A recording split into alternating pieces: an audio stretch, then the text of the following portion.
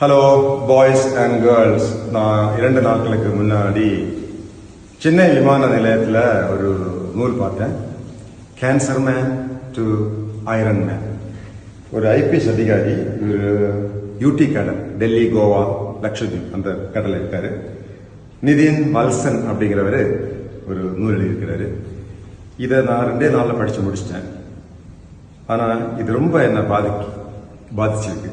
இந்த சென்ஸ், ஒரு 4 stage cancer, அந்த புற்றுநோயினுடைய கடைசி கட்டம், அதில் இருக்கக்கூடிய உடல் வலி, சுமார் 6 மாதங்கள் இந்த வலியை தாங்கி, அப்புறம் இது கேன்சர்னு கண்டுபிடிச்சு அதுக்கு பிறகு கீமோதெரப்பி பண்ணி, அதிலிருந்து 6 மாதத்துக்கு பிறகு வெளியே வந்து ஓடுறது, சைக்கிள் ஓட்டுறது, swimming, 1.8 kilometre swimming, 90 kilometre cycling, 21 kilometre running முடிச்சு அயன்மேன் முடிச்சிருக்காரு.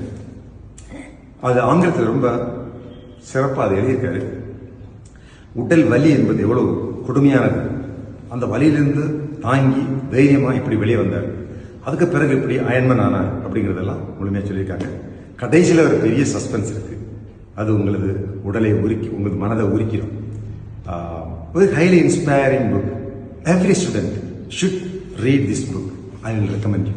Your attitude will change.